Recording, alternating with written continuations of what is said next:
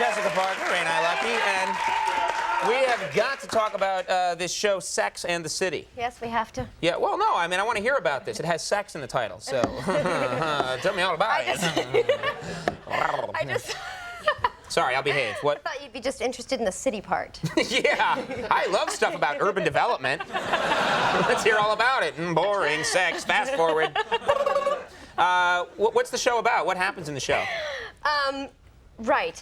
It's about You don't have to plug your... No, I want to. I'm really proud of the show, and it's one of the easier jobs to have to go and promote it, actually, to be honest. So I will tell you a little bit about the show. Okay. It's about a woman who lives in New York City. She is a columnist. Mm-hmm. She actually refers to herself as a sexual anthropologist, which basically means that she writes articles about relationships and sex, including her own. She writes about her own sex life. Her escapades. And sexcapades. Well, she's I should single. be beaten, yeah. She's a single person. Now, someone was telling me they were watching this program, and that there's a scene where you have to pronounce a very difficult name of a condom. That's right. And you had trouble with this. More freebies about to come up. I'm kidding. I want something I can use.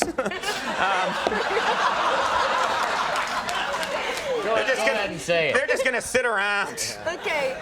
See if you can say this quickly. Okay. Ultra textured Trojans with a reservoir tip. Ultra textured Trojans with a reservoir tip. Right. Now the question is, where's the emphasis?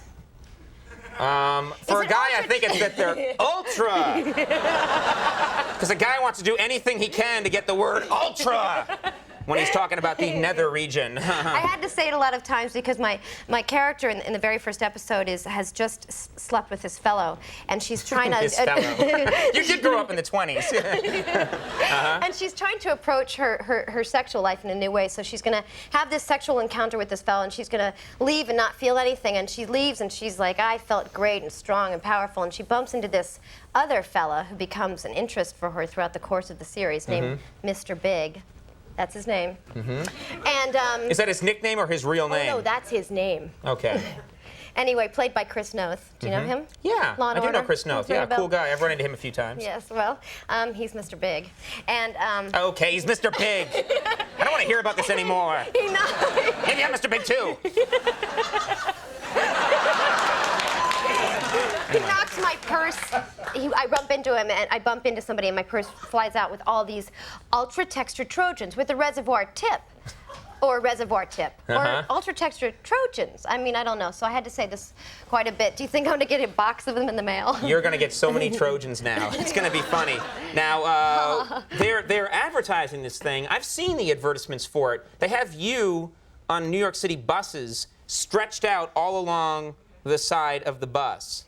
It's the pinnacle of my career. How does that feel when you're, I mean, this show has never been promoted, so I don't know what that's like, but when you're... Oh, no, it's not. No, we're on so late, and they have other things to promote. Whatever. Whatever. I gotta talk about them new funny sitcoms. But anyway, bitterness leaking on... Yeah, right. It's all so good. Each show funnier than the previous. Oh. Okay, this is our last show, folks. It's new to you. It's new to you. We're somewhere right now in Burbank. An executive is watching in a dark room. He's grown insolent. They just press a button. And he has a white Persian cat in his lap. So he's petting with his steel hand. O'Brien has grown cocky. They press a button. And someone walks in with coffee. Back to HBO. Oh, yeah. Wait a minute. We're here to talk about how this show isn't promoted enough.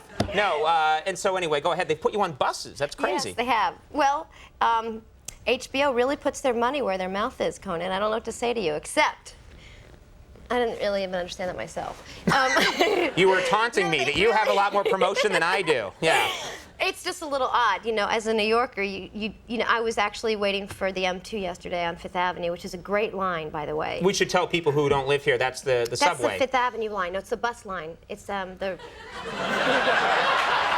Someone's taking care of a little too much. I have a rickshaw take me home.